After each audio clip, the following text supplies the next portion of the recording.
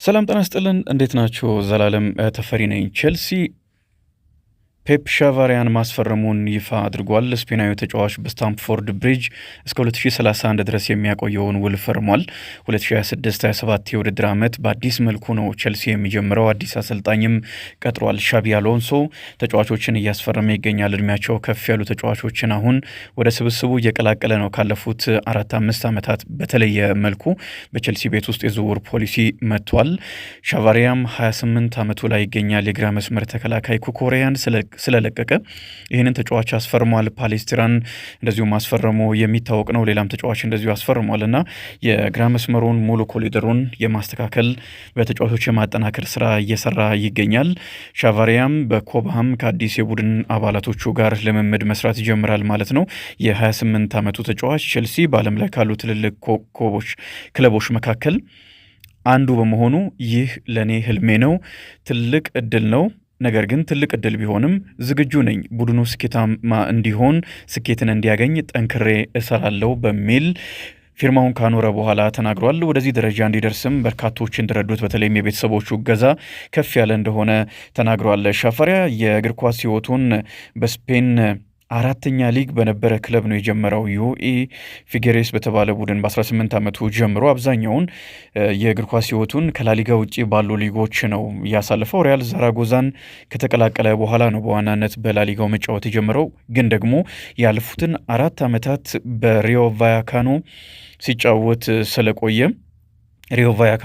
ስለቆየ በትልቅ ደረጃ የመጫወት ልምድ ያለውም ተጫዋች ነውና ኦገስት 2022 ላይ ነው ወደ ራዮ ቫያካኖ የተዘዋወረው። ባለፉት 4 ዓመታትም ሻቫሪያ በራዮ ቫያካኖ ቋሚ ተሰላፊ ከነበሩ ተጫዋቾች መካከል አንደኛው ነው። ባለፉት 2 ዓመታት 8ኛ ደረጃን ይዞ እንዲያጠናቅቅም አድርጓል።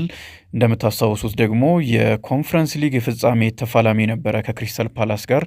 ያውም በፍጻሜው ተሸንፎ ዋንጫውን ማጣቱ የሚታወስ ነው እና በዛ ቡድን ውስጥ ግን እስከ ፍጻሜ ድረስ ተጫውቷል። በስፔን ሳለ ስለሚያውቀው ሻቢ አሎንሶ በደንብ እንደሚጠቀምበትም ይጠበቃል። በክሪስታል ፓላስ ተሸንፎ ዋንጫ ቢያጣም 44 ጨዋታዎችን ባለፈው የውድድር ዓመት በሁሉም ውድድሮች አድርጓል እና ለቼልሲ ጠቃሚ ከሚሆኑ ተጫዋቾች መካከል አንደኛው ይሆናል ተብሎ ይጠበቃል። ከምንም በላይ ደግሞ አሁን ያለውን በቼልሲ ያለውን የእድሜ ጣሪያ ከፍ ያደርጋል። ያ ማለት ልምድ ያላቸውን ተጫዋቾች ቁጥር ከፍ ያደርጋል ማለት ነው። አብዛኞቹ ተጫዋቾች 25 እና ከዛ በታች እንደነበሩ የሚታወቅ ነው። ቸልሲም ሲያስፈርም በእርግጥ እንደዛ ነበረ። ግን ደግሞ ወጣትም ሆነው ብዙ ጨዋታዎችን በእንግሊዝ ፕሪሚየር ሊግም በሌሎች ሊጎች ላይ የሚያደርጉ በወጣትነታቸው ብዙ ልምድ ያዳበሩም ተጫዋቾች ስላሉ የነ ፔፕ ሻቫሪያ አይነት ተጫዋቾች መምጣት ይበልጥ የዚህን ቡድን ልምድ ያላቸውን ተጫዋቾች አጠቃላይ የቡድኑን ልምድ ከፍ የሚያደርግ ይሆናል። ቸልሲ 16.3 ሚሊዮን ፓውንድ እና ቦነስ ለዚህ ተጫዋች ዝውውር ይከፍላል ማለት ነው። 5 ዓመታት የሚያቆየውንም ውል ፈርሟል። እድሜው 28 ስለሆነ እስከ 33 ዓመቱ ድረስ በቼልሲ ይቆያል ማለት ነው። እንደሚታወሰው 55.8 ሚሊዮን ፓውንድ ተቀብሎ ኩኩሬያን ወደ ሪያል ማድሪድ አሳልፎ ሰጥቷልና ያንን መስመር ማጠናከር ነበረበት። ቸልሲ ያንን ነው እያደረገ የሚገኘው። በተለይም ደግሞ በሻቢ አሎንሶ ስር በሶስት የመሃል ተከላካዮች መጫወት የሚጀምር ከሆነ እንደዚህ አይነት ተጫዋቾች ያስፈልጉታል። በማጥቃቱ በጣም አሪፍ የሆነ ተጫዋች ነው። በግራ ተከላካይ ሲሰለፍ እንኳን በተደጋጋሚ ወደ ተቃራኒ ሳጥን ማምራት የሚቀነው አይነት ማጥቃቱም ላይ በደንብ የሚሳተፍ ተጫዋች ነውና አሪፍ ተጫዋችን ቸልሲ አስፈርሟል። ማንቸስተር ዩናይትድን በተመለከተ የሊዩስ ሆልን ዝውውር አሁንም አልተወም የሚሉ መረጃዎች ወጥተዋል። ዘሰን ያንን ብሏል።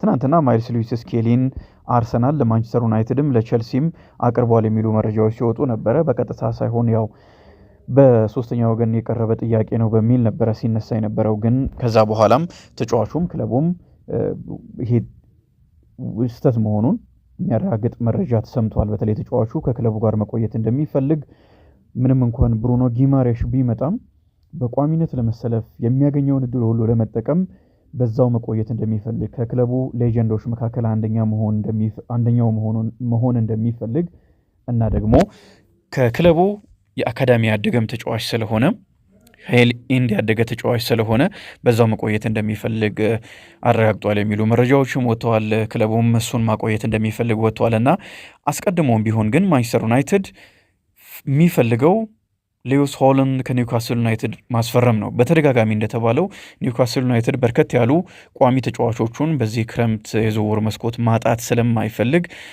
የሌዊስ ሆልን ዝውውር አይፈቅድም የሚሉ መረጃዎች በተደጋጋሚ እየወጡ ይገኛሉ። ግን አሁንም ማንቸስተር ዩናይትድ ወደ ኦልትራፎርድ ተጫዋቹን መውሰድ ይፈልጋል።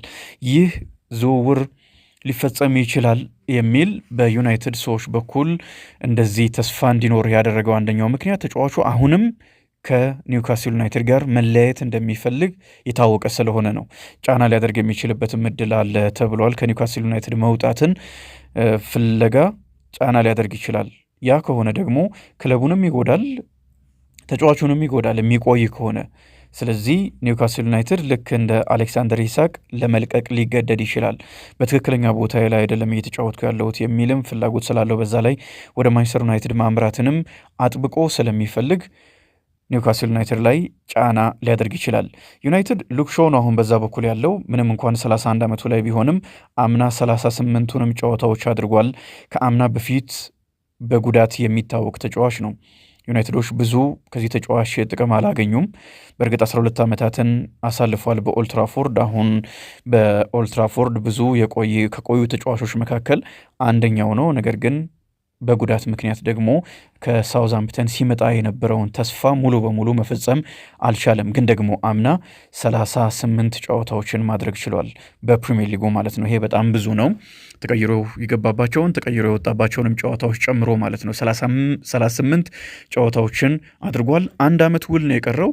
ግን ደግሞ ደሞዙን የሚቀንስ ከሆነ አሁን ማንቸስተር ዩናይትድ እየሄደ ያለበትን መንገድ አምኖ ደሞዙን ለመቀነስ ፈቃደኛ የሚሆን ከሆነ ማንቸስተር ዩናይትድ ተጫዋቹን ውል ሊሰጠው ይችላል።